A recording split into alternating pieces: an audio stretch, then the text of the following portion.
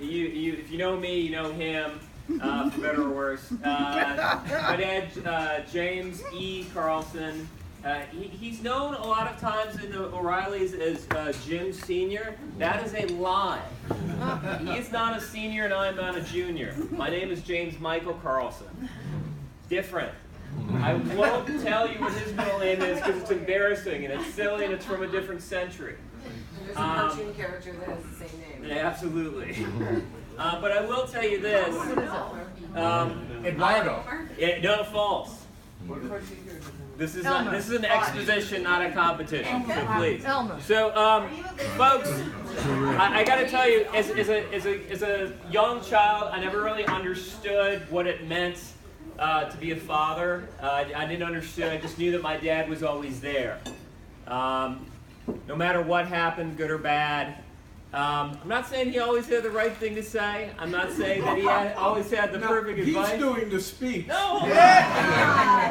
But You'll get a turn, Jim. He was an ideal and continues to be an ideal father because I knew that whenever I could turn to somebody or I needed somebody, he was always there, and that's a very rare thing in both family and friends. And I'm thrilled he's here, and I'm honored he's my father. This is our party, even though the sandwich is a little burnt. Don't worry about that. But I'm thrilled and honored that he's my father and he's there, and so he's going to speak a few words.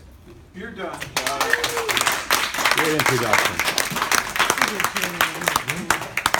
We still got 2 sandwiches there. I know, and we'll get into it. Okay, so when I was thinking about what I wanted to say, and you want to write down a few ideas, and I'm up in a hotel in Detroit in between being chased out of Miami by a hurricane and waiting to get to this important wedding. I was looking for something to write my thoughts on. And if you've ever been in a hotel, I'm sure all of us have, they have these little pieces of paper and you can't really write very much on it. And I had this empty photographic folder and I thought, I've got paper to write on. What I want to say is one of the things that crosses my mind when I think about my son getting married, like everyone else who has children. Wow. We have audio. We have music.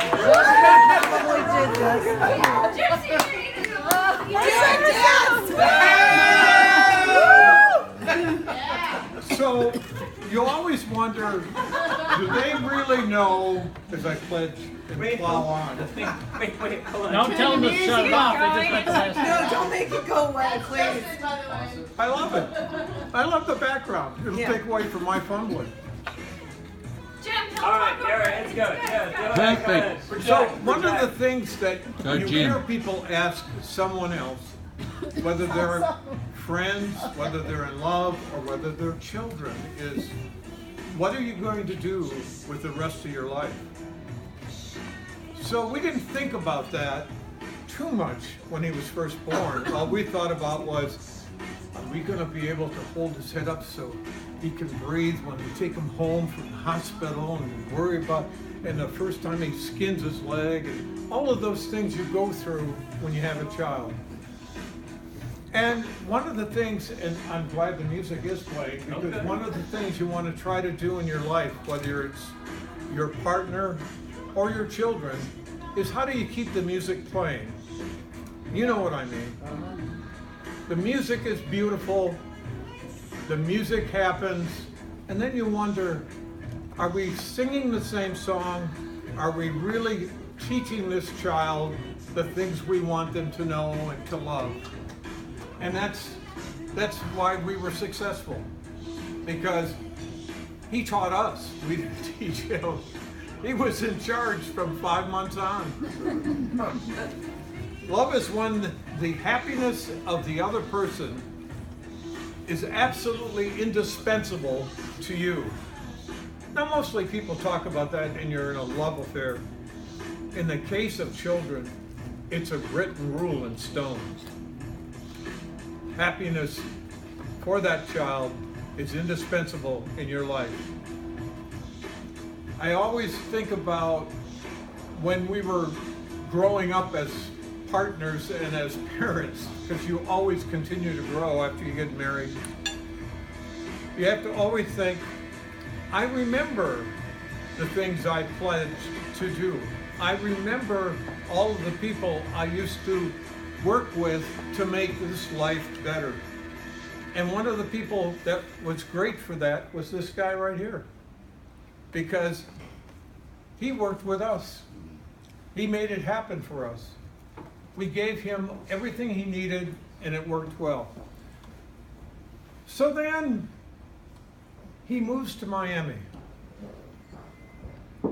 and he becomes a courtroom attorney, and he's giving an opening speech, at one of his trials, and in walks this gal, and she says, I gotta meet that guy.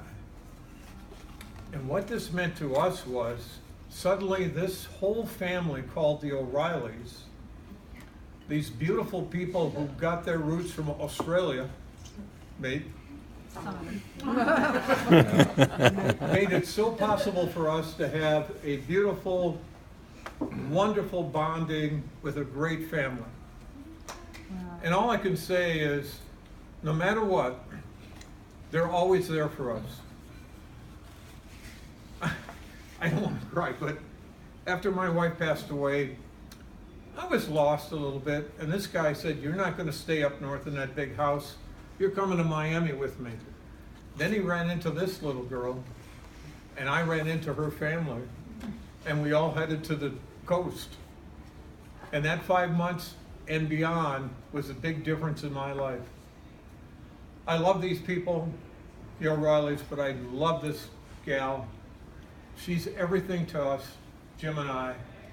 And if you can ever have the ability to have this feeling of love, this is where we're at. I like to use the old Irish prayer.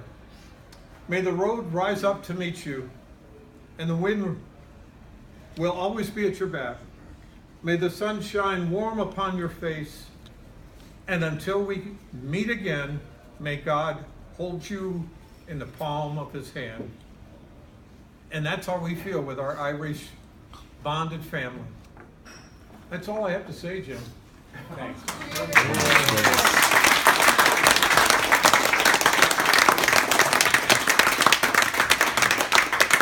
you very much. Thank you very much. Oh my goodness.